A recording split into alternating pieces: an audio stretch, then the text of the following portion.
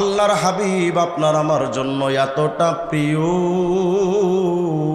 এতটা দরদের নবী যা আল্লাহ একদিন বলেই ফেলেছেন, ফালা আল্লাকা বাখিউন নাফসাকা আলা আথারিহিম ইল্লাম ইউমিনু বিহাদাল হাদিসি আসাফা।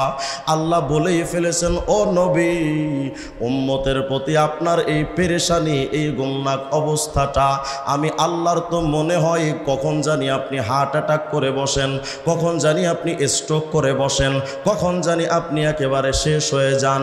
উম্মতের প্রতি আপনার এতটা দরদ কেন? মায়ার নবী তো পুরা জিন্দেগিটা উম্মতের ফিকিরে কাটায়া দিলেন। শুধু দুনিয়ায় না,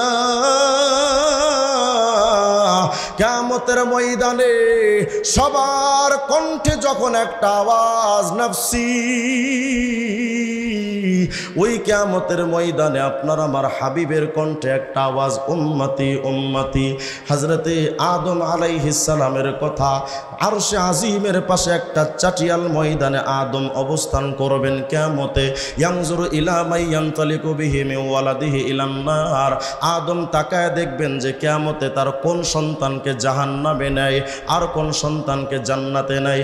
হযরত আদম তাকাবেন, হঠাৎ আদম নবী চাইয়া দেখবে একটা মানুষকে হাতের মধ্যে জাহান্নামের আগুনের বেড়ি, পায়ের মধ্যেও জাহান্নামের বেড়ি, শরীরের মধ্যে বেড়ি পরায়া ফিরিস্তারা তাকে টানতে টানতে জাহান্নামের দিকে নিয়ে যায়।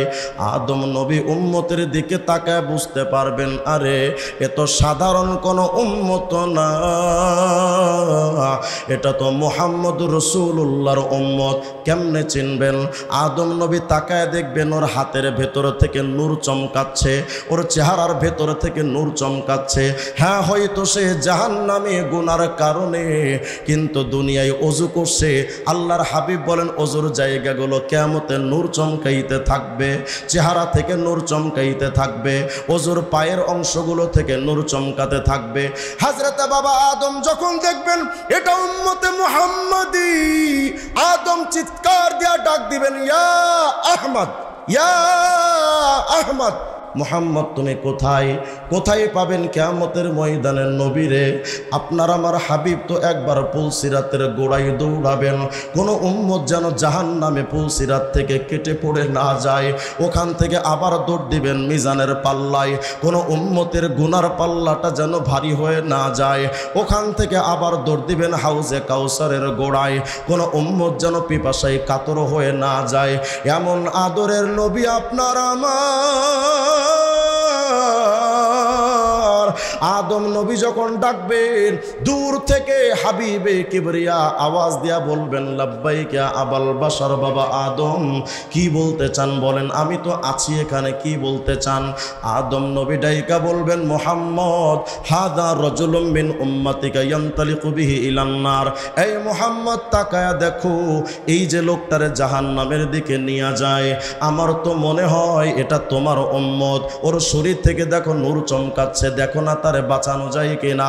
আল হযরত আব্দুল্লাহ ইবনে আমর বলেন, আল্লাহর হাবিব যখন উম্মতের দিকে তাকাবে, উম্মত চিৎকার দিয়া ডাকবে, আব্বু আমার একটু বাঁচালন, ও মা আমারে বাঁচালন। আপনজনদেরকে ডাকবে কিন্তু কেউ তার ডাকে সাড়া দিয়া তারে বাঁচাইতে কেউ আসবে না। সে ডাইকা বলবে, ফিরিস্তারা জাহান্নামে নিও না, ওই কঠিন জাহান্নামে তো আমি জ্বলার ক্ষমতা রাখি না, একটু দাঁড়াও। কিন্তু ফিরিস্তারাও তো কথা শুনবে না। আল্লাহর হাবিব তাকায় দেখবেন তার আদরের উম্মতটারে কত কষ্ট দিয়া জাহান্নামের দিকে নিয়ে যায়। হযরত আব্দুল্লাহ ইবনে আমর বলেন, ফাসাদ্দাল মিজার, হাবিব কিবরিয়া নিজের শরীরের পরনে পোশাকের মধ্যে শক্ত করে একটা গিট্টু দিয়া, ওয়া আহরা ইলা আসারিল মালাইকা, হাবিবে কিবরিয়া নিজের শরীরের মধ্যে এমন শক্ত একটা গিট্টু দিয়া এবার উম্মত আর ওই ফিরিস্তার দিকে একটা দৌড় দিবেন আর চিৎকার দিয়া বলবেন, কিফু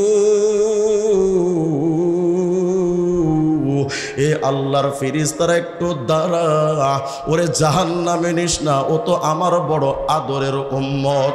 এই উম্মতের জন্য তো আমি তায়েফের ময়দানে রক্ত ঝরিয়েছি যেন এদেরকে জান্নাতে বানাতে পারি। এই উম্মতের জন্য শিয়াবে আবি তালেবে তো 3 বছর জেল খেটেছি যেন এই উম্মতের জাহান্নাম থেকে মুক্ত করতে পারি। এই উম্মতের জন্য তায়েফে এত রক্ত ঝরাইলাম, এই উম্মতের জন্য উহুদে আমার দামদান মোবারকটা শহীদ করলাম। আমার উম্মতরে কই নিয়া যাও, আমার উম্মতরে যদি জাহান্নামে দাও আমি জান্নাতে গিয়া উম্মতের টেনশনে একটু শান্তিতে থাকবো কেমনে? এই উম্মতের জন্য তো আজকে হাসরের ময়দানে নিজের কথাটাও ভুলে গেছি, এই উম্মতের টেনশনে তো আপনজনদের সবার কথা ভুলে গেছি। দাঁড়া রে ফেরেশতা, নিস না একটু দাঁড়া। কিন্তু ফেরেশতারা তো কিয়ামতের ময়দানে কারো কথা শুনবেন না। কিয়ামতে কে নবী, কে পীর, কে গাউস, কে কুতুব, কারো কথা তো শোনা হবে না। লিমানিল মুলকুল ইয়াউম লিল্লাহিল ওয়াহিদিল কাহ্হার। কিয়ামতের ময়দানে তো শুধুমাত্র আল্লাহর হুকুম চলবে, আর কারো হুকুম চলবে না। ফেরেশতাদেরকে যখন নবী বলবেন একটু দাঁড়াও, ফেরেশতারা বলবেন ও নবী, নাহনু শিদাদুল গিলাজুল্লাযিনা লা নাসিল্লাহা মা উমিরনা। নবী গো, আজকে কিয়ামতে শুধু আল্লাহর হুকুম ছাড়া কারো হুকুম মানা যাবে না। যা বলার আপনি আল্লাহরই বলেন ও নবী, আজকে তো আল্লাহর হুকুম ছাড়া কোনো হুকুম মানতে পারবো না। আল্লাহর হাবিব যখন দেখবেন ফালাম্মা আইসান নাবিয়্যু মিনাল মালায়েকা, নবী যখন দেখবেন ফেরেশতারা হাবিবের কথা শোনে না, এদিক তাকান। আল্লাহর হাবিব এবার ফাকাবাযা আলা লিহিয়াতিহি বিয়াদিহিল ইউসরা, আল্লাহর নবী এবার নিজের দাড়ি মুবারক বাম হাত দিয়া এভাবে ধরবেন। ওয়াস্তাকবালাল আরশা বিওয়াজহি, নিজের দাড়িটা বাম হাত দিয়ে ধরে আরশে আজিমের দিকে তাকায়া হাবিবে কিবরিয়া এবার বলবেন ও রব, আপনি না দুনিয়ায় থাকতে আমার উম্মতের দরদ দেইখা আপনি না একদিন আমাকে বলেছিলেন যে ওয়ালা সাউফা ইউতিকা রাব্বুকা ফাতারদা, আপনি না বলেছিলেন উম্মতের ব্যাপারে আপনি আমারে খুশি করবেন। কিন্তু রব্বুল আলামিন আমার আদরের উম্মতরে নিয়া জাহান্নামের দিকে যায়, আমি বলার পরও ফেরেশতারা কথা মানে না। ও রব, আমার উম্মতরে এত কষ্ট দিলে আজকে আমি কেমনে খুশি থাকবো বলো? আল্লাহ, এই উম্মতের জন্য কত কষ্ট করেছে, তুমি তো শাহেদ, তুমি তো সব কিছু নাজির, তুমি তো সব কিছু সামিউম বাসির, তুমি তো সব দেখেছো, সব শুনেছো। আল্লাহ, আমার উম্মতরে আজকে ভিক্ষা দাও, আমার উম্মতরে জাহান্নামে নিতে দিও না গো রব। আল্লাহর হাবিব যখন কিয়ামতে ডাকবেন ফানাদা মিন তাহতিল আরশি আতিউ মুহাম্মাদা, সাথে সাথে আরশে আজিম থেকে একটা আওয়াজ, এই ফেরেশতারা শোনো, আজকে কিয়ামতে আমি নবীর কথা যেমন মানবি, আজকে কিয়ামতে আমার হাবিবে কিবরিয়া মুহাম্মদ আরবি যা বলে ফেরেশতারা রে, আজকে আমার নবীর কথাও তোমাদের মানা লাগবে। আল্লাহর হাবিব তার উম্মতকে নিয়ে মিজানের পাল্লার কাছে আসবেন। এই ফেরেশতারা আমার উম্মতটারে মিজানের পাল্লাই আমলনামা আবার একটু ওজন দে, আমি তার আমলনামা নিজের চোখে দেখতে চাই। আল্লাহর হাবিবের সাহাবী আব্দুল্লাহ ইবনে আমর বলেন, ওই উম্মতের নেকি আর গুনাহ পাল্লাই চাপায়া দেওয়া হবে। কিন্তু দুর্ভাগ্যক্রমে আগে যেমন গুনার পাল্লাটা ভারী ছিল, আবার ভারী হয়ে নেকির পাল্লাটা উপরে উঠে যাবে। উম্মত আবার থরথর করে কাঁপতে শুরু করবে, এই বুঝি আবার জাহান্নামে গেলাম। কেমন একটা লোক যারে আমি চিনি না, তার ওসিলায় একটু কোনো রকম বেঁচে গিয়েছিলাম, কিন্তু আমার কৃতকর্মের কারণে আমার গুনার পাল্লাটা আবার ভারী হয়ে গেল, এই বুঝি আমি আবার জাহান্নামের দিকে গেলাম। উম্মত তখনই বুঝতে পারে না তার পাশে যিনি দাঁড়ানো তিনি রহমতুল লিল আলামিন। উম্মত তখনও পর্যন্ত চিনতে পারে নাই। আল্লাহর হাবিব বলেন, আমার উম্মতের আমলনামা ওজন যখন করবে আমি নেকির পাল্লার কাছে দাঁড়াবো, আর আমার উম্মত পাশে দাঁড়ায় থাকবে, গুনার পাল্লাটা ভারী। নেকির পাল্লাটা হালকা। আমি নবী যখন ডান মিজানের পাল্লার নেকির পাল্লার কাছে দাঁড়ায় দেখব নেকির পাল্লাটা হালকা হয়ে গেছে, আল্লাহর হাবিব বলেন উম্মত রে ফা উখরিজু বিতাকাতাম মিন হুজজাতিকাল আনমিলা, এরকম আঙ্গুলের মতো ছোট্ট একটা কাগজের টুকরা আমি আমার লুঙ্গির গিট্টুর ভেতর থেকে বের করব। আমার ওই কাগজটা নিয়া আমার মিজানের পাল্লায় উম্মতের নেকির পাল্লায় চাপাবো। যেই মাত্র চাপাবো নেকির পাল্লাটা ভারী, গুনার পাল্লা হালকা হয়ে যাবে। ফিরিস্তারা সাথে সাথে বলে উঠবে, আরে আরে আরে দেখো সাইদা ওয়া সাইদা জাদ্দুহ ওয়া সাকুলাত মাওয়াজিনুহ। এই ফিরিস্তারা দেখ কি ভাগ্যবান উম্মত, একটু আগে ছিল তার গুনার পাল্লা ভারী, নেকির পাল্লা হালকা, কিন্তু কত ভাগ্যবান উম্মত, মুহূর্তের মধ্যে নেকির পাল্লা ভারী, গুনার পাল্লাটা হালকা। এই ফেরেশতারা শোন, আর দেরি করিস না, ইনতালিকু বিহি ইলাল জান্নাহ, এর হাতটা ধর, ওরে তাড়াতাড়ি জান্নাতের দিকে নিয়ে যা। ফেরেশতারা উম্মতের হাতটা ধরে বলবেন, চলেন রে আল্লাহর বান্দা, কোথায়? জান্নাতের দিকে যায়। কেন রে জান্নাতে এখন যাব? এই ফেরেশতারা আমার হাতটা ছেড়ে দাও। কেন ছাড়বো? ফেরেশতারা জানো না যখন বিপদে পড়েছিলাম তোমাদের কত হাতে পায়ে ধরেছিলাম জাহান্নামে যেন না নাও, তোমরা তো আমার কথার মূল্যায়ন করো নাই, আমার জাহান্নামে টানতে হেসরাইতে হেসরাইতে নিয়ে যাচ্ছিলে, আমার কথা তো তখন তোমরা শোনো নাই। আমি বিপদ সংকুলান সময় আব্বুরে ডেকেছি, আমার বাপ আমার কাছে আসে নাই, মা মা বলে চিল্লাইলাম, আমার মা আমার কাছে আসে নাই।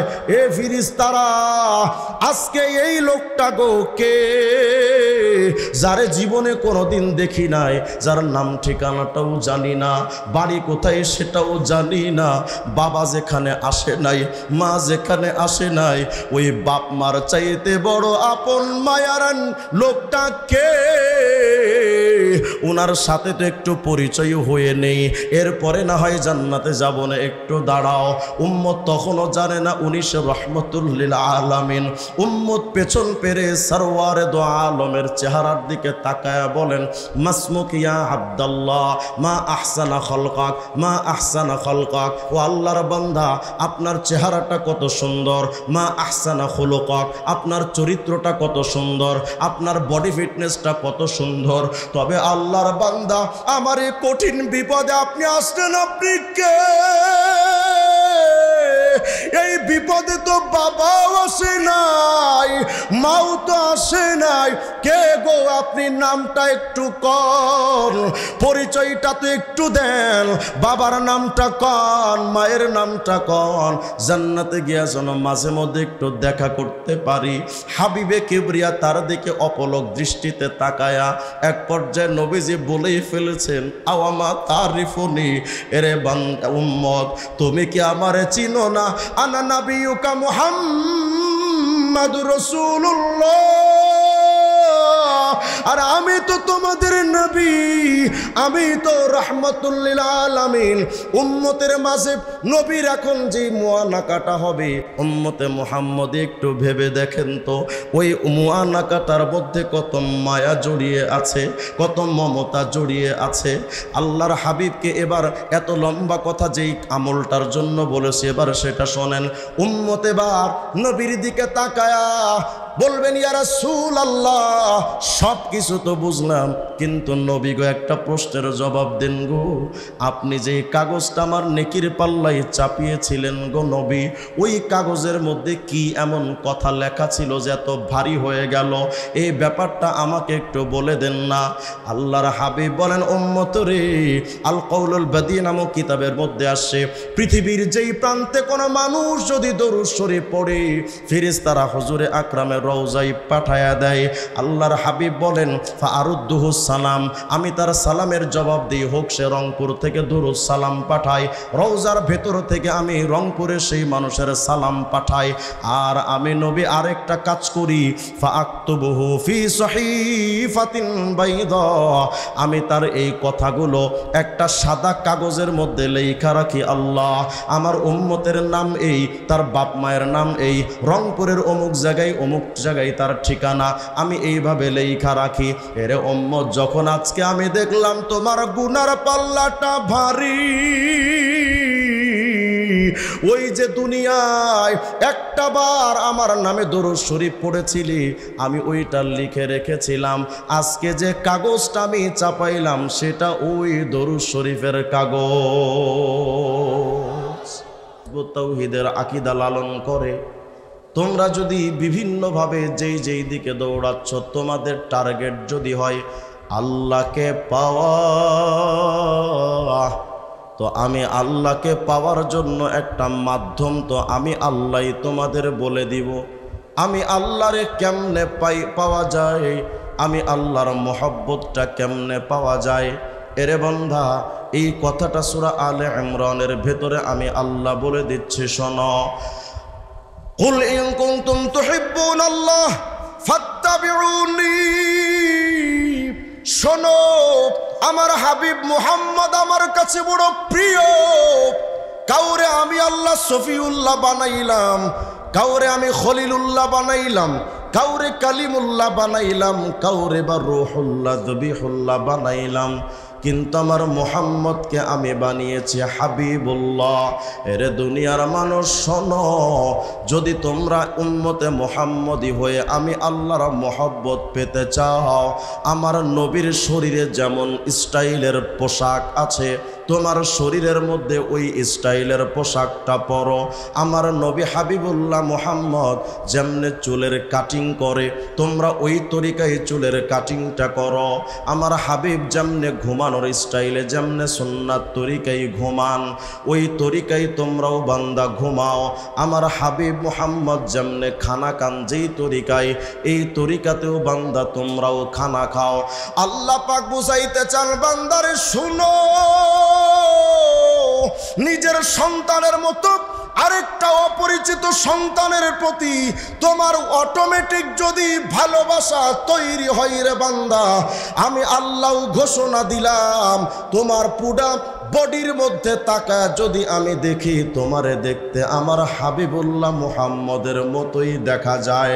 তোমার হাসিটার স্টাইলটা আমার নবীর মতো, তোমার চলার স্টাইলটা আমার নবীর মতো, তোমার ব্যবসার সিস্টেমটা আমার নবীর মতো, তোমার ঘুমানোর স্টাইলটা আমার নবীর মতো, তোমার ইস্তেঞ্জায় যাওয়াটাও হয় আমার হাবিবুল্লাহ মুহাম্মদের মতো। তোমার পুরা বডি দেখতে যদি আমার হাবিবের মতো হয়, তো আমি আল্লাহ ঘোষণা দিলাম, ইউহিব্বুকুমুল্লাহ, আমারে ভালোবাসার জন্য আর সারাদিন তাহিরিদের মতো হ্যাক্কু হুক্কু ক্যাক্কু কুক্কু জিকির করা লাগে না। সুন্নাত মানলেই আমি আল্লাহ তোমারে ভালোবাসবো। কথাটা কার? বলেন না, কথাটা কার? আল্লাহ রাব্বুল আলামিন বুঝান বান্দারে, আমার হাবিব আমার কাছে বড্ড প্রিয়। আমার নবী যেমন আমার কাছে প্রিয়, আমার হাবিবের পোশাকের স্টাইলটা আমার কাছে প্রিয়।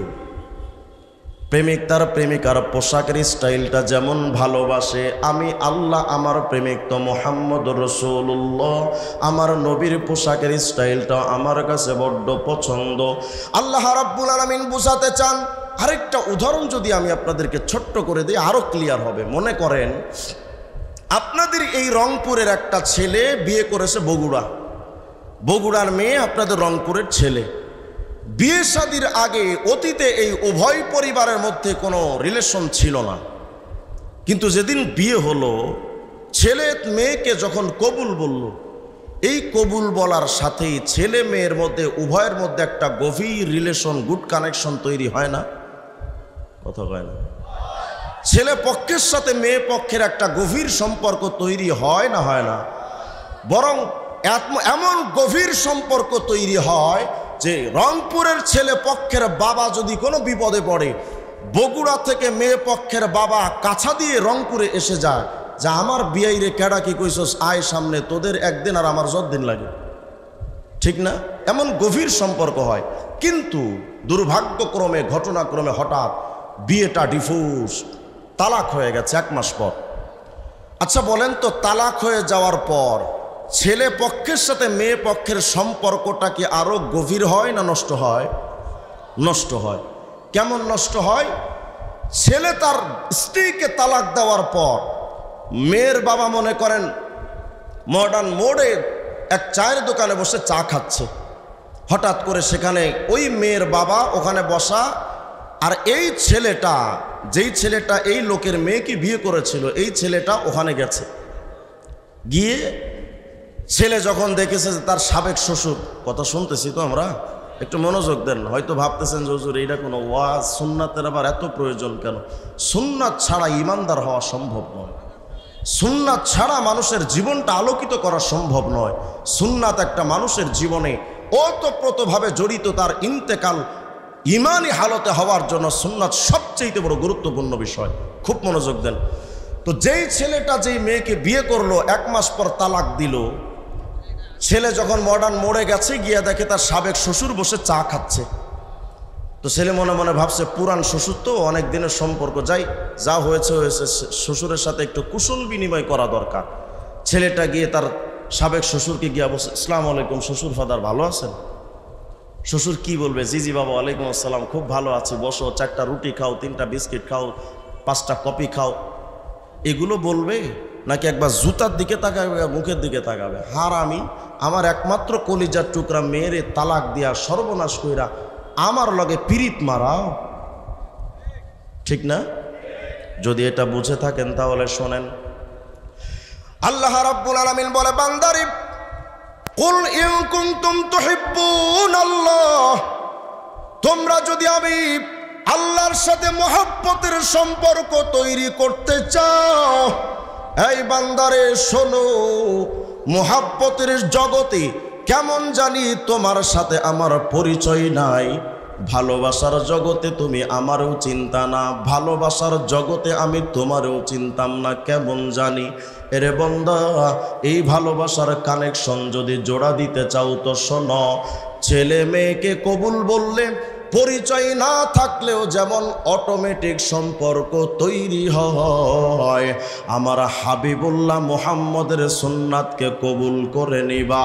আমি আল্লাহ পাক ঘোষণা দিলাম, ইউহিব্বুকুমুল্লাহ, আমি আল্লাহ অটোমেটিক, তুমি যত নিম্ন পর্যায়ের মানুষ হও না কেন, হতে পারো তুমি রিক্সাওয়ালা, হতে পারো তুমি ভ্যান চালক, মুচিবা মেথর, আমার হাবিবের সুন্নাতরে যদি কবুল করে না, আমি আল্লাহর ঘোষণা, ইউহিব্বুকুমুল্লাহ।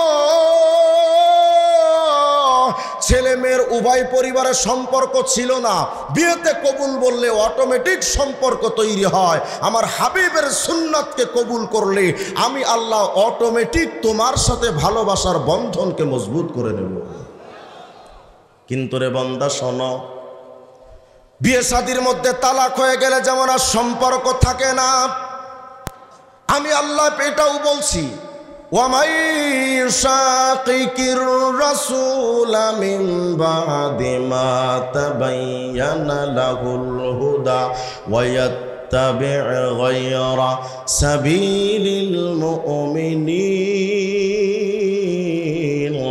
نُوَلِّهِ مَا تَوَلَّى وَنُصْلِهِ جَهَنَّمَ وَسَاءَتْ مَصِيرًا। তোমরা আল্লাহকে পাওয়ার জন্য আট্রসিতে যাইতে পারো, চন্দ্রপাড়াও যাইতে পারো, বিভিন্ন দরবারে দৌড়াও, কিন্তু আমার হাবিবের মতো টুপি পরো না, আমার হাবিবের মতো চুল কাটিং করো না, আমার হাবিবের স্টাইলে ওয়াজিব দাড়িটাও রাখো না, আমার হাবিবের মতো সুন্নাত পড়ো না, আমার হাবিবের স্টাইলে তুমি খাও না, আমার হাবিবের স্টাইলে তুমি ঘুমাও না, আমার হাবিবের সুন্নাতকে তুমি যদি বাদ দিয়া দাও, নুওয়াল্লিহি মা তাওয়াল্লা, তোমার কিয়ামতে কুফুরির দিকে ফিরিয়ে দিব, ওয়া নুসলিহি জাহান্নাম। ওই পরিবারে তালাক হয়ে গেলে যেমন সম্পর্ক থাকে না, আমার হাবিবের সুন্নাতরে তালাক দিলে তোমার সাথেও আমি আল্লাহর কোনো সম্পর্ক রবে না। বুঝেন, একটু কথাটা বোঝার চেষ্টা করেন। সুন্নাত বড় দামি জিনিস। আমাদের সমাজের মধ্যে এখন কিছু পীর বাই রয়েছে যারা কয়, আরে শুধু ফরজ হলেই তো চলে, সুন্নাত দরকারটা কি? কয়েকদিন আগে শুনলাম আমাদের বাংলাদেশে একটা টাউট সম্প্রদায় আছে, নাম হেজবুত তৌহিদ। আপনাদের রংপুরে মনে হয় নাই। উনি তার ভিডিও বক্তব্যে স্পষ্ট করে বলছেন, আরে এত সুন্নাত ওয়াজিব দরকার কি, এগুলো বাদ দাও, সুন্নাত টুন্নাত দরকার কি, আগে ফরজ পালন করো, তারপর সময় হলে সুন্নাতের কথা বলবো না। এটা বোঝার জন্য ছোট্ট একটা উদাহরণ শোনেন। আপনাদের দিকে আলু চাষ হয় নাকি? আলু চাষ একটু কথাটা তো বললেন, আপনারা সারা শব্দ না দিলে তো আমার সাথে কানেকশন হবে না। হেজবুত তৌহিদের একটা বই আছে, ইসলাম শুধু নাম থাকবে, 131 নম্বর পৃষ্ঠা, 135 নম্বর পৃষ্ঠা, 136 নম্বর পৃষ্ঠায় লিখেছে আল্লাহর রসুলকে মানার কথা নবীজি কখনো বলে নাই। এজন্য দাড়ি টুপি পাগড়ি জুব্বার সাথে ইসলামের কোনো সম্পর্ক নাই। নাউজুবিল্লাহ আসতে বলবেন আপনারা, বলেন তাদের এই বক্তব্যের সাথে ইসলামের কোনো সম্পর্ক। যদি বিষয়টা বুঝতে চান তো একটা ছোট্ট এক্সাম্পল পেশ করি। মনে করেন আপনাদের এদিকে আলু চাষ, হয়তো আলু চাষ, যেই লোকটা আলু লাগালো, মনে করেন কোল্ড স্টোরেজ থেকে নিয়ে আলুর বীজটা মাটির নিচে পুঁতে দিল। আলু লাগানোর পর 1 সপ্তাহ 15-20 দিন পরে এখান থেকে আলুর চারা বের হয় না? বের হয় নাকি? এই আলুর চারা যখন বের হলো, তখন এই আলু গাছগুলোকে হেফাজতের জন্য কৃষক কি করে? একটু মনোযোগ দেন। কৃষক কি করে? এই আলু ক্ষেতের চতুর্পাশে একটা বেড়া দেয়। আপনাদের রংপুরে দেয় নাকি? বেড়া দেয় না একটা, যেন গরু ছাগল এসে খেতে না পারে। তো মনে করেন এক চাচা আলু লাগিয়েছেন, এর চতুর্পাশে তিনি বেড়া দিচ্ছেন যেন কেউ এসে এখানে আলু চারাগুলো নষ্ট করতে না পারে। হঠাৎ করে মনে করেন আপনাদের বগুড়ার হিরো আলম সাহেব আসছে, আয়সা জিজ্ঞেস করছেন, চাচা আপনি কি করেন? কই তুমি দেখো না বাবা, আলু গাছ মাত্র সবে মাত্র উঠেছে, আমি চতুর্দিকে বেড়া দিচ্ছি, যদি এখানে গরু ছাগল আসে আমার আলু গাছগুলো খেয়ে যায় তাহলে সর্বনাশ হয়ে যাবে, এজন্য চতুর্দিকে বেড়া দিচ্ছি যেন গরু ছাগল আসতে না পারে। তো হিরো আলম মনে করেন তখন বলে, চাচা আপনার দরকার তো আলু, আপনি চারা করবেন কি? চারা যদি গরু ছাগলে খায় তো অসুবিধাটা কি? আপনার আলু হলেই তো চলে। এখন চাচাই কয়, হিরো আলম গরু ছাগল আসলে তত সমস্যা না, তোর মতো ছাগল আসলে যত সমস্যা। কেন? তোর মতো ছাগলটা যদি আসে তো আগে আমার আলু গাছের পাতা খাবে, পাতা খাওয়া যদি শেষ হয়ে যায় তখন গাছের লতাটা খাবে, লতাটা যখন খাওয়া শেষ হবে তখন গাছের গোড়া শুদ্ধ টান দিয়ে ভেতরে আলু বের করে তুই আলু খাবি। অতএব আমার আলু বাঁচাতে হলে আগে পাতা বাঁচাতে হবে। কথা ঠিক? শয়তান এসে প্রথম আপনাকে আমাকে বলবে, এই বেটা এত সুন্নাত মুস্তাহাবের আমল করার দরকারটাকে, শুধু ফরজ হলেই তো চলে। এই শয়তানগুলো আসবে হেজবুত তৌহিদের সেলিমের রূপ ধারণ করে। এত সুন্নাত দরকার কি? আগে ফরজ হলেই তো চলে, ফরজ পালন কর। প্রথমে আপনার সুন্নাতটা খায়া ফেললো। শয়তান যখন দেখলো সুন্নাত নাই তোমার আমার জীবনে, কদিন পরে এসে বলবে, আরে ওয়াজিব কাকে বলে জানো? ওয়াজিব তো সেটা বলা হয় যে আল্লাহর হুকুম না রসুলের হুকুম, এই ব্যাপারে কিছু কনফিউজ থাকে, অথবা বিভিন্ন মাধ্যমে ওয়াজিবটা হয়। সরাসরি আল্লাহর হুকুম এটাও বলা যায় না, আবার শুধুমাত্র রসুলের হুকুম এটাও বলা যায় না। তো এই যে কনফিউজময় একটা বিধান ওয়াজিব, এটা পালন করার দরকার কি? সরাসরি কোরআন দেখো, কোরআন দেখে আমল করো। প্রথম খাইলো আপনার আমার সুন্নাত, দ্বিতীয় পর্যায়ে খাবে আপনার আমার ওয়াজিব, তৃতীয় পর্যায়ে শয়তান আসবে ভণ্ড পীরের সূরতে, এসে বলবে, এই মারেফত হলেই তো চলে, শরীয়ত করবা কি? আপনাদের দিকের পীরেরা এগুলো কয় না কয় না? শরীয়ত দরকার কি? অথচ শরীয়ত মানেই নামাজ, শরীয়ত মানেই রোজা, শরীয়ত মানেই হজ, শরীয়ত মানেই যাকাত। শয়তান আসবে ভণ্ড পীরের সূরতে এসে আপনার আমার প্রথম তো খেয়েছিল সুন্নাত, পরে খাইলো ওয়াজিব, পরে খাইলো ফরজ, এভাবেই করে আপনার আমার জিন্দেগি থেকে সমস্ত ইসলামের আমলগুলোকে বরবাদ করে দেয়। বুঝাতে চাচ্ছি, এই আমলগুলো নিয়া, এই জিন্দেগি নিয়া মৃত্যুবরণের সময় যখন আপনার আমার আসবে, শয়তান আসবে এক পাশে, ফিরিস্তা রহমতের আসবে আরেক পাশে। ফিরিস্তা এসে বলবে ইমানদার বানিয়ে পাঠাতে চায়, শয়তান এসে বলবে তারা বেঈমান বানাতে চায়। এই সময় ফিরিস্তা এবং শয়তানের মাঝখানে একটা যুদ্ধ লাগবে। শয়তান যখন দেখবে তোমার জিন্দেগিতে সুন্নাতের আমল নাই, ওয়াজিবের আমল নাই, ফরজের আমল নাই, ঠিক একই বিষয়টা যখন ফিরিস্তাও দেখবে, হাই আফসোসের জিন্দেগি, তোমার শরীরের মধ্যে তো সুন্নাতের নিশানা পাওয়া যায় না, ওয়াজিবের নিশানা পাওয়া যায় না, ফরজের নিশানা পাওয়া যায় যায় না, তোমার আমার ইমানটা হবে দুর্বল। শয়তান তখন বেঈমান বানিয়ে কবরে পাঠানো তার জন্য সহজ। বুঝাতে চাচ্ছি, আলু বাঁচাইতে গেলে যেমন পাতা বাঁচাইতে হয়, ইমান বাঁচানোর জন্য সুন্নাত বাঁচানো দরকার। এই সুন্নাতের দুশ্মন যারা, ইসলামের দুশ্মন তারা, সুন্নাতের দুশ্মন যারা, নবীর দুশ্মন তারা, আজ আপনার আমার সমাজ থেকে এভাবে করে একে একে ইসলামের বিধানগুলোকে হারিয়ে দেওয়ার জন্য বেঈমানরা উঠে পড়ে লেগেছে। অথচ আপনি আমি বসে বসে আঙ্গুল চুষছি যে না, এদের ব্যাপারে কথা বলা যাবে না, তারা তাদের অধিকারকে রক্ষা করে চলুক, আমরা আমাদের কথা বলবো। শুনে রাখবেন, ইসলাম আমাদের ধর্মের নাম।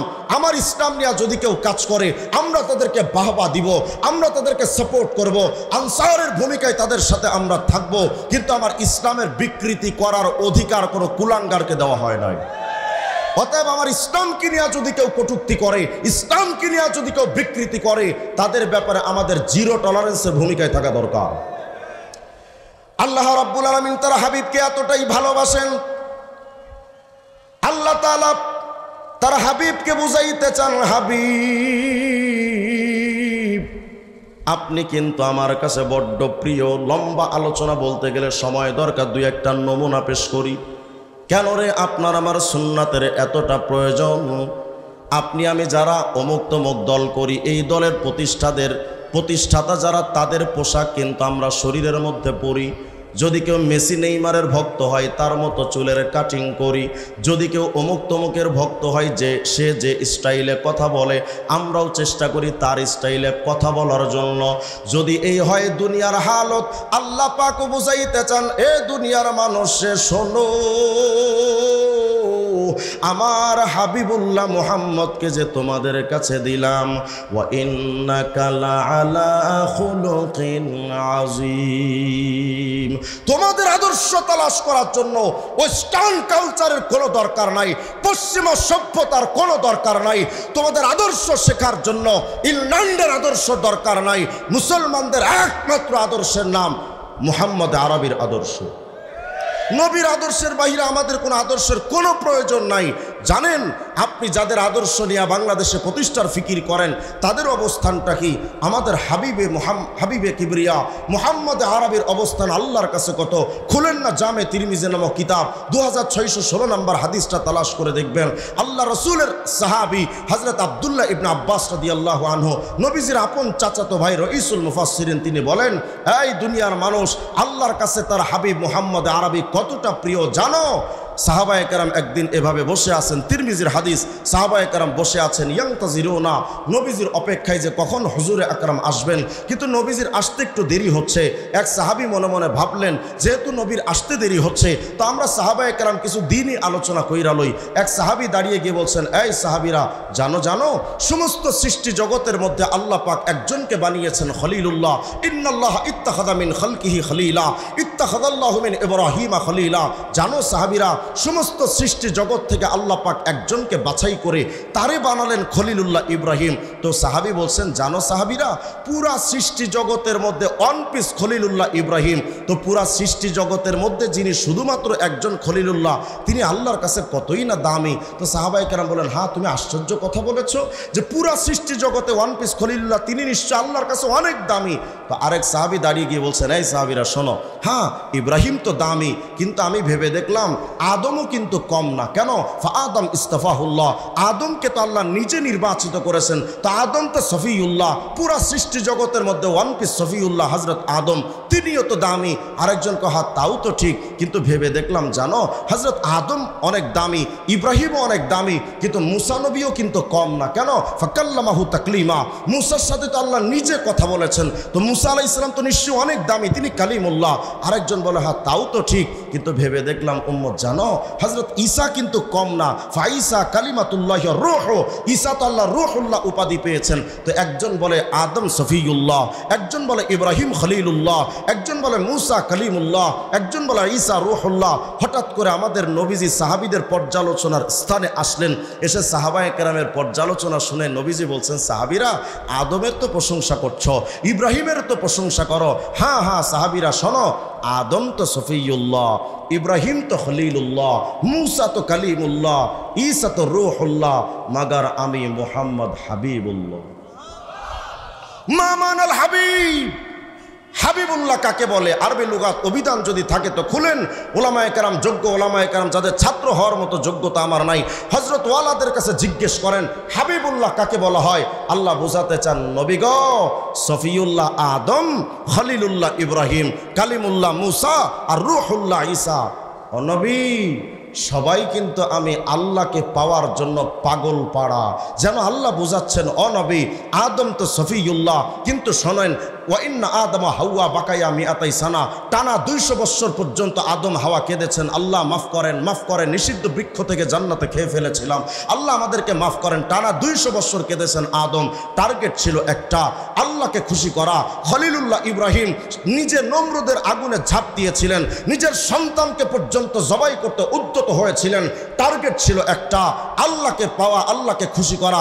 হযরতে মুসা কালিমুল্লাহ ঠিক, কিন্তু মুসা কালিমুল্লাহ হওয়ার পরও নীল দরিয়ায় ঝাঁপ দিয়েছিলেন কালিমুল্লাহ মুসা। টার্গেট ছিল একটা, আল্লাহকে খুশি করা। রূহুল্লাহ ঈসা নিজের জীবনকে উৎসর্গ করতে কওমের কাছে প্রস্তুত ছিলেন। টার্গেট ছিল একটা, আল্লাহকে খুশি করা। আল্লাহ বুঝাতে চাচ্ছেন নবী গো, সফিউল্লাহ আদম, খলিলুল্লাহ ইব্রাহিম, কালিমুল্লাহ মুসা আর রূহুল্লাহ ঈসা। ও নবী, সবাই তো আমি আল্লাহকে খুশি করতে চায়, আর আমি আল্লাহ ঘোষণা দিচ্ছি, ওয়ালা সাউফা ইউতিকা রব্বুকা ফাতারদা। নবী, আমি আল্লাহ নিজে তোমাকে খুশি করতে চাই। যে আল্লাহ নিজে তার নবীকে খুশি করতে চান, হায় আফসোস উম্মতে মুহাম্মদী, আজ তুমি তোমার মাথার টুপি ফেলে দিয়ে নবীর কলিজায় আঘাত করো, মুখের থেকে দাড়িটা শেভ করে তুমি নবীর কলিজায় আঘাত করো। যেই আল্লাহ তার রসুলকে খুশি করতে চান, সেই নবীর পোশাকটা ছুঁড়ে ফেলে দিয়ে বিধর্মীদের পোশাক তুমি তোমার শরীরের মধ্যে লালন করো। এর চাইতে বড় হতভাগা জাতি আর কি হতে পারে? যেই নবীকে আল্লাহ এতটা মহব্বত করলেন। আপনার আমার কাছে তো এখন মনে হয় লেনিন আমার কাছে প্রিয়, কালমার্স আমাদের কাছে প্রিয়, মাও সেতুং আমাদের কাছে বড় সম্মানিত, বিদ্যাসাগর আমাদের কাছে বড় প্রশংসিত, Einstein, Newton, Maxwell, Charles Darwin, Aristotle, Ibn Sina, অমুক তমুক আমাদের কাছে সবচেয়ে প্রিয়। যুব সমাজকে যদি জিজ্ঞেস করি, ভাই তুমি কেন নবীর তরিকা বাদ দিয়া মেসিয়ান নেইমারের মতো চুল কাটছ? এই যুবকরা বলে, হুজুর জানেন মেসিয়ান নেইমার কত দামি মানুষ বিশ্বের মধ্যে, তাদের নামটা ফিফা টুর্নামেন্টের অনেক উল্লেখযোগ্য জায়গায় থাকে। শোনো উম্মতে মুহাম্মদী, তোমার মেসিয়ান নেইমারের নাম হয়তো ফিফার একটা টুর্নামেন্টের একটা কর্নারে লেখা থাকে, কিন্তু তোমার হাবিবে কিবরিয়া মুহাম্মদ আরবির নাম যে কোথায় লেখা আছে তুমি আমি তো সেই খবরটুকু রাখলাম না। তালাশ করেন, আল্লামা কাসতালানী তার কিতাব লিখেছেন আল মাওয়াহিবুল লাদুনিয়া, 2 নম্বর খণ্ডের মধ্যে তালাশ করে দেখবেন আল্লাহ তার হাবিবের নামটা কোথায় কোথায় লিখেছেন। হযরত আদম আলাইহিস সালাম একদিন আল্লাহকে বলছেন, আল্লাহ 200 বছর ধইরা তো কাঁদলাম, মাফ করেন, মাফ করেন, মাফ করেন, কিন্তু ক্ষমার সিদ্ধান্ত তো আপনি দিলেন না। তো আল্লাহ, আমি আদম আজকে আপনার কাছে একটা বিশেষভাবে দোয়া করতে চাই। কি বলতে চাও বলো? হযরত আদম বলছেন, ও আল্লাহ 200 বছর ধইরা কেঁদেছি, ক্ষমা করেন নাই, তো আজকে আমি চাচ্ছি, আল্লাহুম্মা আসআলুকা বিহাক্কি মুহাম্মদ, আল্লাহ আমি আদমকে মুহাম্মদের ওসিলায় মাফ। আদা অর্থ আছে, সুবহানাল্লাহ বলবেন। কি অর্থ তিনি লিখছেন দেখো, মুহাম্মদের 4টা অক্ষর, মিম হা মিম দাল। মিম আল উলা ইশারাতুন ইলাল মুলকিল আউয়াল ওয়া হুয়া দুনিয়া, মুহাম্মদের প্রথম মিম মানে মুলকে আউয়াল, অর্থ দুনিয়া। মিম আস-সানিয়া ইশারাতুন ইলাল মুলকি সানি ওয়া হুয়াল আখিরা, মুহাম্মদের দ্বিতীয় মিম মানে মুলকে সানি, অর্থ আখিরাত। মাঝখানের হা ইশারাতুন ইলার রহমা, হা মানে আল্লাহর রহমত। শেষের দাল ইশারাতুন ইলাদ দাওয়াম, দাল মানে সদা সর্বদা। তাহলে মুহাম্মদের প্রথম মিম মানে দুনিয়া, দ্বিতীয় মিম মানে আখিরাত, হা মানে আল্লাহর রহমত, দাল মানে সদা সর্বদা। আমাদের নবীর নামটা মুহাম্মদ দিয়ে আল্লাহ তাআলা এটা বোঝাতে চান, এই উম্মতে মুহাম্মদী শোনো, দুনিয়া থেকে আখিরাত পর্যন্ত সদা সর্বদা আমি আল্লাহর রহমত যদি পেতে চাও, আমার মুহাম্মদের সুন্নাত মানা ছাড়া আর কোনো বিকল্প রাস্তা না। তাহলে বলেন তো, নবীর সুন্নাত ছাড়া বাঁচার কোনো রাস্তা? অথচ কত বড় বড় ভণ্ড পীরদের ইউটিউবের মাধ্যমে আমরা এখন পাই গান গাই, কেরামান কাতিবিন রোজ হাসরের দিন আল্লাহর কাছে যদি করে অভিযোগ, আমি বলবো দুনিয়ায় ছিলাম ল্যাংটা পীরের লোক। বলেন তো, এই কথা বললে কিয়ামতে উপায় থাকবে? তা আমি মনে মনে ভাবলাম তুই যদি ল্যাংটার মুড়ি দিয়ে গান বানাইতে পারস তা আমিও তো কওমি মাদ্রাসা পড়ুয়া পড়লাম, আমিও তো ভিখাউস কম না, গান আমিও একটা বানাইছি, কই না থাক পরে সমালোচনা করবে না। কেরামান কাতিবিন পাইবে যে দিন, তোরা যারা ছিলি ল্যাংটা বাবার লোক, তোদের জুতা মাইরা কইব জাহান্নামে ঢো। গানটা তো এমন হওয়ার দরকার, কেরামান কাতিবিন রোজ হাসরের দিন আল্লাহর কাছে যদি করে অভিযোগ, আমি বলবো দুনিয়ায় ছিলাম মুহাম্মাদের লোক। मोमिन जो फिदा नक्श काफे पाया नबी हो ज़ीर कदम आज भी आलम का सफीना, साहिल से लगी गा कभी मेरा भी सफीना, देखेंगे कभी शौक से मक्का व मदीना, गर सुन्नत नबवी की करे पैरवी उम्मत, तोहफा से निकल जाएगा फिर उसका सफीना। आवाज दिया बोलें अल्लाहु আকবার। কবি বলছেন আল্লাহর বান্দারে শুনো, নূহ নবীর সময় যখন পুরা পৃথিবীতে প্লাবন আসলো, বন্যা, হযরতে পয়গম্বর নূহ একটা নৌকা বানাইলেন।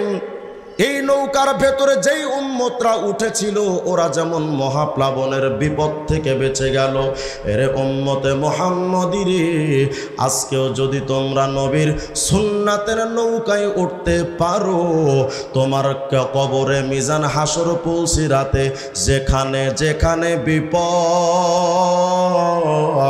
সেখানে সেখানে দাঁড়ায়া যাবেন নবী মুহাম্মদ। হযরত আব্দুল্লাহ ইবনে আব্বাস বলেন ইয়াউমা তাবিয়াদু ওয়ুজুহু ওয়া তাসওয়াদু ওয়ুজুহ, আয়াতের তাফসীরে হযরত রাইসুল মুফাসসিরিন ইবনে আব্বাস বলেন শোনো, ইয়াউমা তাবিয়াদু ওয়ুজুহু আহলি সুন্নাতি ওয়াল জামাআহ, দুনিয়াতে যেই মানুষটা সাহাবায়ে কেরামকে যারা মেনে চলবে আর যারা নবীর সুন্নাতকে পাবন্দি হয়ে চলবে, এর দুনিয়ার সুন্নাত পালন করনেওয়ালা উম্মত কিয়ামতের নবীদের চেহারা থেকে যেমন নূর চমকাইতে থাকবে রে, সুন্নাত পালন করনেওয়ালা উম্মতের চেহারা থেকে নবীদের মতো নূর চমকাতে থাকবে। আল্লাহর হাবিবকে আপন করে পাওয়ার এক নম্বর আমল হলো আল্লাহর নবীর সুন্নাত মানা, আর দ্বিতীয় নম্বর আমল হলো বেশি বেশি দুরূদ শরীফের আমল করা। আত-তাবাকাতুশ শাফিয়াতুল কুবরা খণ্ড 179 নম্বর পৃষ্ঠার ছোট্ট একটা ঘটনা বলে শেষ করে দেই। আল্লাহর হাবিব আপনার আমার জন্য এতটা প্রিয়, এতটা দরদের নবী যা আল্লাহ একদিন বলেই ফেলেছেন, ফালা আল্লাকা বাখিউন নাফসাকা আলা আথারিহিম ইল্লাম ইউমিনু বিহাদাল হাদিসি আসাফা। আল্লাহ বলেই ফেলেছেন, ও নবী, উম্মতের প্রতি আপনার এই পেরেশানি, এই গুমনাক অবস্থাটা আমি আল্লাহর তো মনে হয় কখন জানি আপনি হার্ট অ্যাটাক করে বসেন, কখন জানি আপনি স্ট্রোক করে বসেন, কখন জানি আপনি একেবারে শেষ হয়ে যান। উম্মতের প্রতি আপনার এতটা দরদ কেন? মায়া আর নবী তো পুরা জিন্দেগিটা উম্মতের ফিকিরে কাটায়া দিলেন, শুধু দুনিয়ায় না, কিয়ামতের ময়দানে সবার কণ্ঠে যখন একটা আওয়াজ নফসি, ওই কিয়ামতের ময়দানে আপনার আমার হাবিবের কণ্ঠে একটা আওয়াজ উম্মতি উম্মতি। হযরতে আদম আলাইহিস সালামের কথা, আরশে আজিমের পাশে একটা চাটিয়াল ময়দানে আদম অবস্থান করবেন কিয়ামতে।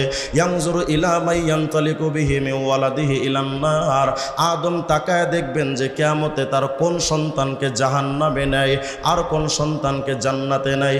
হযরত আদম তাকাবেন, হঠাৎ আদম নবী চাইয়া দেখবে একটা মানুষকে হাতের মধ্যে জাহান্নামের আগুনের বেড়ি, পায়ের মধ্যেও জাহান্নামের বেড়ি, শরীরের মধ্যে বেড়ি পরায়া ফিরিস্তারা তাকে টানতে টানতে জাহান্নামের দিকে নিয়ে যায়। আদম নবী উম্মতের দিকে তাকায় বুঝতে পারবেন, আরে এ তো সাধারণ কোনো উম্মত না, এটা তো মুহাম্মদুর রাসূলুল্লাহর উম্মত। কেমনে চিনবেন? আদম নবী তাকায় দেখবেন ওর হাত হাতের ভেতর থেকে নূর চমকাচ্ছে, ওর চেহারার ভেতর থেকে নূর চমকাচ্ছে। হ্যাঁ, হয়তো সে জাহান্নামে গুনার কারণে কিন্তু দুনিয়ায় ওযু করছে।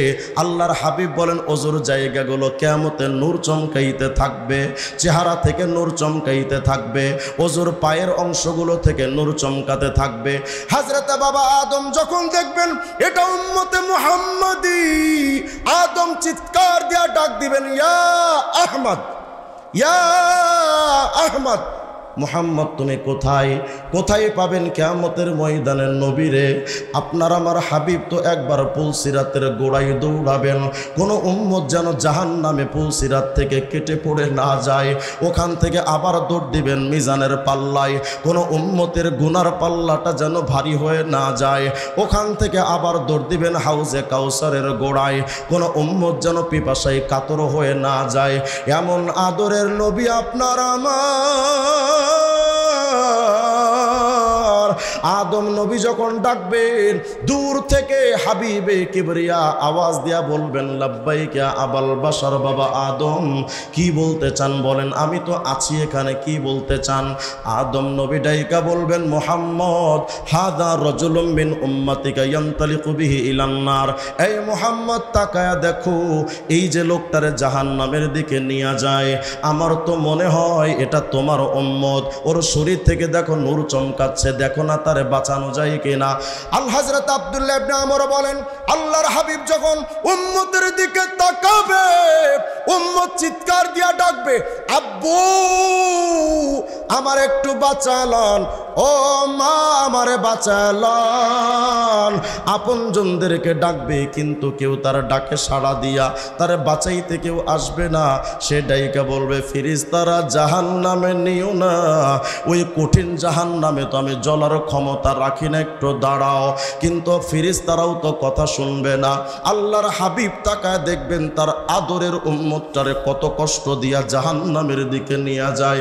হযরত আব্দুল্লাহ ইবনে আমর বলেন, ফাসাদ্দাল মিজার, হাবিব কিবরিয়া নিজের শরীরের পরনে পোশাকের মধ্যে শক্ত করে একটা গিট্টু দিয়া, ওয়া আহরা ইলা আসারিল মালাইকা, হাবিবে কিবরিয়া নিজের শরীরের মধ্যে এমন শক্ত একটা গিট্টু দিয়া এবার উম্মত আর ওই ফেরেশতার দিকে একটা দৌড় দিবেন আর চিৎকার দিয়া বলবেন, কিফু, এ আল্লাহর ফেরেশতারা একটু দাঁড়া, ওরে জাহান্নামে নিস না, ও তো আমার বড় আদরের উম্মত। এই উম্মতের জন্য তো আমি তায়েফের ময়দানে রক্ত ঝরিয়েছি যেন এদেরকে জান্নাতে বানাতে পারি। এই উম্মতের জন্য শিয়াবে আবি তালেবে তো 3 বছর জেল খেটেছি যেন এই উম্মতের জাহান্নাম থেকে মুক্ত করতে পারি।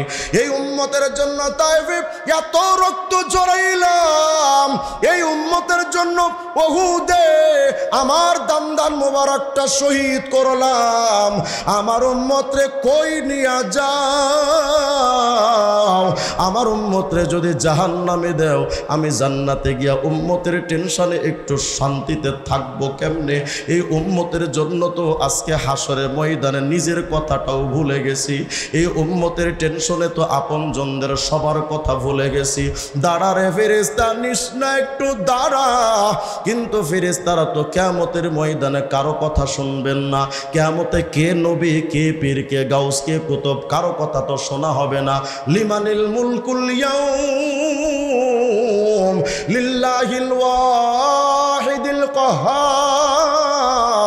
কিয়ামতের ময়দানে তো শুধুমাত্র আল্লাহর হুকুম চলবে, আর কারো হুকুম চলবে না। ফেরেশতাদেরকে যখন নবী বলবেন একটু দাঁড়াও, ফেরেশতারা বলবেন, ও নবী, নাহনু শিদাদুল গিলাজুল্লাযিনা লা নাসিল্লাহা মা উমিরনা। নবী গো, আজকে কিয়ামতে শুধু আল্লাহর হুকুম ছাড়া কারো হুকুম মানা যাবে না। যা বলার আপনি আল্লাহরই বলেন। ও নবী, আজকে তো আল্লাহর হুকুম ছাড়া কোনো হুকুম মানতে পারবো না। আল্লাহর হাবিব যখন দেখবেন, ফালাম্মা আইসান নাবিয়্যু মিনাল মালায়েকা, নবী যখন দেখবেন ফেরেশতারা হাবিবের কথা শোনে না, এদিক তাকান। আল্লাহর হাবিব এবার ফাকাবাযা আলা লিহিয়াতিহি বিয়াদিহিল ইউসরা, আল্লাহর নবী এবার নিজের দাড়ি মুবারক বাম হাত দিয়া এভাবে ধরবেন, ওয়াস্তাকবালাল আরশা বিওয়াজহি, নিজের দাড়িটা বাম হাত দিয়ে ধরে আরশে আজিমের দিকে তাকায়া হাবিবে কিবরিয়া আবার বলবেন, ও রব, আপনি না দুনিয়ায় থাকতে আমার উম্মতের দরদ দেইখা আপনি না একদিন আমাকে বলেছিলেন যে ওয়ালা সাউফা ইউতিকা রাব্বুকা ফাতারদা, আপনি না বলেছিলেন উম্মতের ব্যাপারে আপনি আমারে খুশি করবেন, কিন্তু রব্বুল আলামিন আমার আদরের উম্মতরে নিয়া জাহান্নামের দিকে যায়, আমি বলার পরও ফেরেশতারা কথা মানে না। ও রব, আমার উম্মতরে এত কষ্ট দিলে আজকে আমি কেমনে খুশি থাকবো বলো। আল্লাহ, এই উম্মতের জন্য কত কষ্ট করেছে, তুমি তো শাহেদ, তুমি তো সব কিছু নাজির, তুমি তো সব কিছু সামিউম বাসির, তুমি তো সব দেখেছো, সব শুনেছো। আল্লাহ, আমার উম্মতরে আজকে ভিক্ষা দাও, আমার উম্মতরে জাহান্নামে নিতে দিও না গো রব। আল্লাহর হাবিব যখন কিয়ামতে ডাকবেন, ফানাদা মিন তাহতিল আরশি আতিউ মুহাম্মাদা, সাথে সাথে আরশে আজিম থেকে একটা আওয়াজ, এই ফেরেশতারা শোনো, আজকে কিয়ামতে আমি নবীর কথা যেমন মানবি, আজকে কিয়ামতে আমার হাবিবে কিবরিয়া মুহাম্মদ আরবি যা বলে ফেরেশতারা রে, আজকে আমার নবীর কথাও তোমাদের মানা লাগবে। আল্লাহর হাবিব তার উম্মতকে নিয়ে মিজানের পাল্লার কাছে আসবেন। এই ফেরেশতারা আমার উম্মতটারে মিজানের পাল্লাই আমলনামা আবার একটু ওজন দে, আমি তার আমলনামা নিজের চোখে দেখতে চাই। আল্লাহর হাবিবের সাহাবী আব্দুল্লাহ ইবনে আমর বলেন, ওই উম্মতের নেকি আর গুনাহ পাল্লাই চাপায়া দেওয়া হবে, কিন্তু দুর্ভাগ্যক্রমে আগে যেমন গুনার পাল্লাটা ভারী ছিল আবার ভারী হয়ে নেকির পাল্লাটা উপরে উঠে যাবে, উম্মত আবার থরথর করে কাঁপতে শুরু করবে, এই বুঝি আবার জাহান্নামে গেলাম। কেমন একটা লোক যারে আমি চিনি না, তার ওসিলায় একটু কোনো রকম বেঁচে গিয়েছিলাম, কিন্তু আমার কৃতকর্মের কারণে আমার গুনার পাল্লাটা আবার ভারী হয়ে গেল, এই বুঝি আমি আবার জাহান্নামের দিকে গেলাম। উম্মত তখনই বুঝতে পারে না তার পাশে যিনি দাঁড়ানো তিনি রহমতুল লিল আলামিন। উম্মত তখনও পর্যন্ত চিনতে পারে নাই। আল্লাহর হাবিব বলেন, আমার উম্মতের আমলনামা ওজন যখন করবে আমি নেকির পাল্লার কাছে দাঁড়াবো, আর আমার উম্মত পাশে দাঁড়ায় থাকবে, গুনার পাল্লাটা ভারী, নেকির পাল্লাটা হালকা। আমি নবী যখন ডান মিজানের পাল্লার নেকির পাল্লার কাছে দাঁড়ায় দেখব নেকির পাল্লাটা হালকা হয়ে গেছে, আল্লাহর হাবিব বলেন, উম্মত রে ফা উখরিজু বিতাকাতাম মিন হুজজাতিকাল আনমিলা, এরকম আঙ্গুলের মতো ছোট্ট একটা কাগজের টুকরা আমি আমার লুঙ্গির গিট্টুর ভেতর থেকে বের করব, আমার ওই কাগজটা নিয়া আমার মিজানের পাল্লায় উম্মতের নেকির পাল্লায় চাপাবো, যেই মাত্র চাপাবো নেকির পাল্লাটা ভারী, গুনার পাল্লা হালকা হয়ে যাবে। ফেরেশতারা সাথে সাথে বলে উঠবে, আরে আরে আরে দেখো, সাইদা ওয়া সাইদা জাদ্দুহু ওয়া সাকুলাত মাওয়াজিনুহু, এই ফেরেশতারা দেখ কি ভাগ্যবান উম্মত, একটু আগে ছিল তার গুনার পাল্লা ভারী, নেকির পাল্লা হালকা, কিন্তু কত ভাগ্যবান উম্মত, মুহূর্তের মধ্যে নেকির পাল্লা ভারী, গুনার পাল্লাটা হালকা। এই ফেরেশতারা শোন, আর দেরি করিস না, ইনতালিকু বিহি ইলাল জান্নাহ, এর হাতটা ধর, ওরে তাড়াতাড়ি জান্নাতের দিকে নিয়ে যা। ফেরেশতারা উম্মতের হাতটা ধরে বলবেন, চলেন রে আল্লাহর বান্দা, কোথায়? জান্নাতের দিকে যায়। কেন রে জান্নাতে এখন যাব? এই ফেরেশতারা আমার হাতটা ছেড়ে দাও। কেন ছাড়বো? ফেরেশতারা জানো না যখন বিপদে পড়েছিলাম তোমাদের কত হাতে পায়ে ধরেছিলাম জাহান্নামে যেন না নাও, তোমরা তো আমার কথার মূল্যায়ন করো নাই, আমার জাহান্নামে টানতে হেসরাইতে হেসরাইতে নিয়ে যাচ্ছিলে, আমার কথা তো তখন তোমরা শোনো নাই। আমি বিপদ সংকুলান সময় আব্বুরে ডেকেছি, আমার বাপ আমার কাছে আসে নাই, মা মা বলে চিল্লাইলাম, আমার মা আমার কাছে আসে নাই। এ ফেরেশতারা আজকে এই লোকটা গো কে? যারে জীবনে কোনোদিন দেখি নাই, যার নাম ঠিকানাটাও জানি না, বাড়ি কোথায় সেটাও জানি না, বাবা যেখানে আসে নাই, মা যেখানে আসে নাই, ওই বাপ মার চাইতে বড় আপন মায়ারান লোকটা কে, ওনার সাথে তো একটু পরিচয় হয়ে নেই, এরপরে না হয় জান্নাতে যাব না, একটু দাঁড়াও। উম্মত তখনও জানে না উনি সে রহমতুল লিল আলামিন। উম্মত পেছন পেরে সরওয়ারে দো আলমের চেহারার দিকে তাকায়া বলেন, মাসমুক ইয়া আব্দুল্লাহ, মা আহসানা খলকাক, মা আহসানা খলকাক। ও আল্লাহর বান্দা, আপনার চেহারাটা কত সুন্দর, মা আহসানা খুলুকাক, আপনার চরিত্রটা কত সুন্দর, আপনার বডি ফিটনেসটা কত সুন্দর। তবে আল্লাহর বান্দা, আমার এই কঠিন বিপদে আপনি আসলেন, আপনি কে?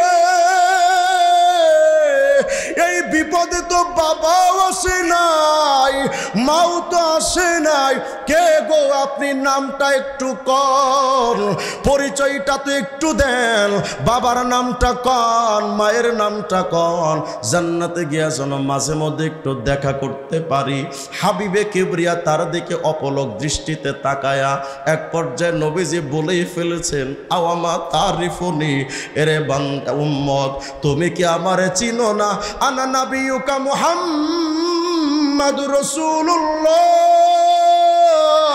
আর আমি তো তোমাদের নবী, আমি তো রাহমাতুল লিল আলামিন। উম্মতের মাঝে নবীর এখন যে মুআনাকাটা হবে, উম্মতে মুহাম্মদী একটু ভেবে দেখেন তো, ওই মুআনাকাটার মধ্যে কত মায়া জড়িয়ে আছে, কত মমতা জড়িয়ে আছে। আল্লাহর হাবিবকে এবার এত লম্বা কথা যেই আমলটার জন্য বলেছে, এবার সেটা শোনেন। উম্মত এবার নবীর দিকে তাকায়া বলবেন, ইয়া রাসূলুল্লাহ, সব কিছু তো বুঝলাম, কিন্তু নবী গো একটা প্রশ্নের জবাব দেন গো, আপনি যে কাগজটা আমার নেকির পাল্লায় চাপিয়েছিলেন গো নবী, ওই কাগজের মধ্যে কি এমন কথা লেখা ছিল যে এত ভারী হয়ে গেল? এই ব্যাপারটা আমাকে একটু বলে দেন না। আল্লাহর হাবিব বলেন, উম্মত রে, আল কওলুল বাদী নামক কিতাবের মধ্যে আসে, পৃথিবীর যেই প্রান্তে কোনো মানুষ যদি দরুদ শরীফ পড়ে, ফেরেশতারা হুজুরে আকরামের রওজায় পাঠায়া দেয়। আল্লাহর হাবিব বলেন, ফাআরুদ্দুহু সালাম, আমি তার সালামের জবাব দিই, হোক সে রংপুর থেকে দরুদ সালাম পাঠায়, রওজার ভেতর থেকে আমি রংপুরে সেই মানুষের সালাম পাঠাই। আর আমি নবী আরেকটা কাজ করি, ফাআকতুবুহু ফি সহিফাতিন বাইদা, আমি তার এই কথাগুলো একটা সাদা কাগজের মধ্যে লেখা রাখি। আল্লাহ, আমার উম্মতের নাম এই, তার বাপ মায়ের নাম এই, রংপুরের অমুক জায়গায় তার ঠিকানা, আমি এইভাবে লেখা রাখি। এরে উম্মত, যখন আজকে আমি দেখলাম তোমার গুনার পাল্লাটা ভারী, ওই যে দুনিয়ায় একটা বার আমার নামে দরুদ শরীফ পড়েছিলি, আমি ওইটা লিখে রেখেছিলাম, আজকে যে কাগজটা আমি চাপাইলাম সেটা ওই দরুদ শরীফের কাগজ। ভাইরা, আল্লাহর হাবিব তো আপনার আমার কাছে নাই, নবীজিকে এতটা ভালোবাসা দরকার যার তুলনা চলবে না। বাপমার চাইতে নবী বেশি আপন, সন্তানের চাইতে নবীকে আপন করা দরকার। তো এই ভালোবাসা প্রকাশের দুইটা মাধ্যম, এক সুন্নাত তরিকায় জীবন চালাবো, আর জবানটাকে দরুদ শরীফ দিয়ে তাজা রাখবো। পারবো না ইনশাআল্লাহ? আচ্ছা বলেন তো, আমাদের নবী যে রহমতুল লিল আলামিন, এ ব্যাপারে কারো কোনো সন্দেহ? হিজবুত তাওহীদ নামক সংগঠন তাদের আকীদা নামক বইয়ের 19 পৃষ্ঠায় লিখেছে, মুহাম্মদ আজও পর্যন্ত রহমতুল লিল আলামিন হতে পারে নাই। বলেন, যারা এই বক্তব্য দেয় তারা মুসলমান না বেঈমান? তারা বলে যে বোরখা এটা শয়তানের আবিষ্কার করা। নাউজুবিল্লাহ বলবেন না আপনারা? শুধু তাই নয়, তারা বলে রামকৃষ্ণ, রামচন্দ্র, যুধিষ্ঠির, মনু, বুদ্ধদেব এরা সবাই আমাদের নবীর মতোই আল্লাহর নবী। আপনারা যদি প্রমাণ চান তো আমি আপনাদেরকে একটা লিঙ্ক দিয়ে দেই, গুগলে ঢুকবেন, হিজবুত তাওহীদ লিখে সার্চ দিবেন, দিলে দেখবেন তাদের একটা ওয়েবসাইট আসবে। এই ওয়েবসাইটের একদম নিচে গিয়ে দেখবেন লেখা আছে যোগাযোগ একটা অপশন, ওটাতে ক্লিক করবেন, হাত রাখলেই ঢুকে যাবে, হাত রাখবেন। ঢোকার পরে দেখবেন হিজবুত তাওহীদে যদি কেউ সদস্য হয়, তাকে কয়েকটা অঙ্গীকার করা লাগে।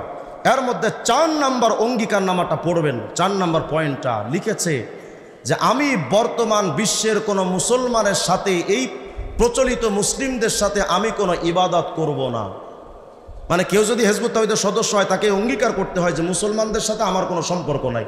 শুধু তাই নয়, আরও লিখছে ওই পয়েন্টেই যে আমি প্রচলিত এই ইসলাম থেকে হিজরত করলাম, মানে ইসলাম ধর্ম ত্যাগ করলাম।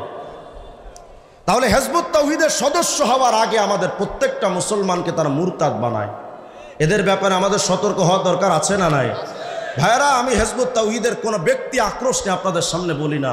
আমার যে ভাইটাকে তারা বেঈমান বানাচ্ছে, ও তো মুহাম্মদ আরবির আদরের উম্মত, ও তো নবীজির আদরের উম্মত। ওর জন্যও তো হাবিবে কিবরিয়া রওজা আথারে আজও পর্যন্ত কাঁদে।